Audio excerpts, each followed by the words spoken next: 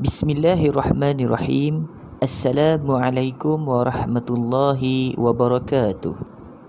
Apa khabar anak murid Ustaz hari ini? Ustaz harap anak-anak murid Ustaz semua dalam keadaan sihat, sejahtera. Okey, baik adik-adik sekalian, pada hari ini kita akan menyambung lagi tajuk dalam bidang sirah, iaitu Nabi Muhammad SAW dan masyarakat Mekah. Sebelum itu, marilah sama-sama kita mendengar sedikit cerita berkenaan dengan kisah masyarakat Arab Jahiliyah.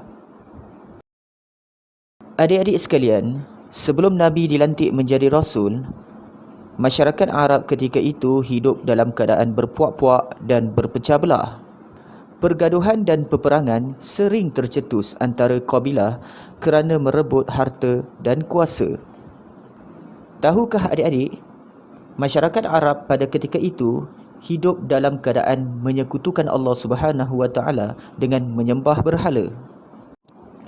Mereka sangat percaya bahawa berhala adalah tempat memohon pertolongan, dan mereka juga percaya kepada perkara-perkara khurafat. Selain itu adik-adik, masyarakat Arab pada ketika itu juga hidup dalam keadaan suka meminum arak, berjudi, berbohong dan menilik nasib. Mereka juga sering membunuh anak-anak perempuan. Seterusnya adik-adik, mari kita pergi kepada kepribadian Nabi Muhammad SAW sebelum menjadi Rasul.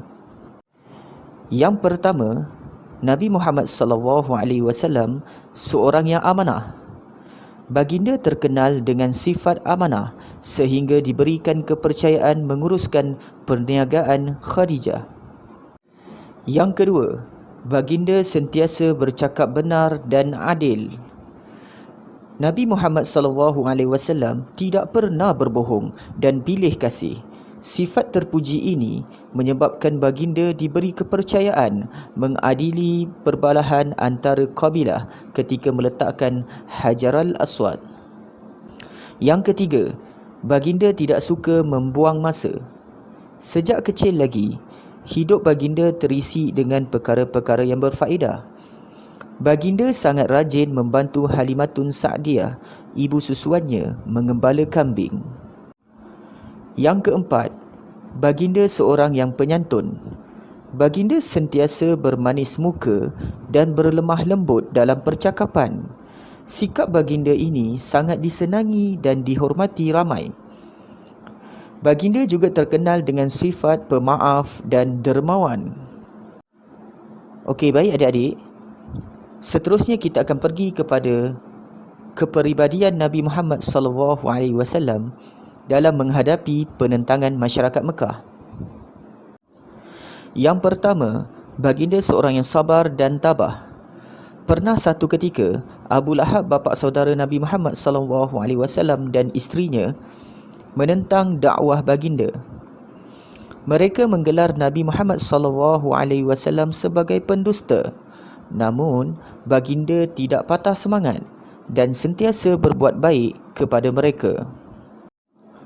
Yang kedua, baginda seorang yang berpendirian teguh. Pernah satu ketika, Nabi Muhammad SAW ditawarkan harta yang banyak jika baginda menyembah berhala. Namun, baginda menolak tawaran tersebut dengan tegas dan masih meneruskan dakwah baginda dengan cekal. Yang ketiga, baginda seorang yang bijak merancang. Pernah satu ketika, baginda diperintahkan Allah Subhanahu wa taala berhijrah ke Madinah ketika Abu Jahal dan sekutunya merancang untuk membunuh baginda. Baginda telah memilih jalan ke selatan untuk ke Madinah, walaupun Madinah terletak di utara Mekah, untuk mengelirukan musuh. Sesampainya di Madinah, baginda merancang usaha dakwah yang lebih meluas. Seterusnya adik-adik, marilah kita melihat apakah kepentingan mengamalkan akhlak Nabi Muhammad SAW dalam kehidupan. Yang pertama, kita akan disayangi oleh ibu dan bapa. Yang kedua, kita akan disenangi oleh guru, rakan dan taulan. Yang ketiga, permusuhan dapat dihindarkan. Yang keempat, hidup kita akan menjadi aman dan damai. Dan akhir sekali, rahmat Allah akan memayungi kita. Okey, baiklah adik sekalian, sampai sini sahaja pembelajaran sirah kita pada hari ini yang bertajuk Nabi Muhammad sallallahu alaihi wasallam dan masyarakat Mekah. InsyaAllah kita akan sambung pembelajaran kita dalam tajuk yang lain pada minggu hadapan.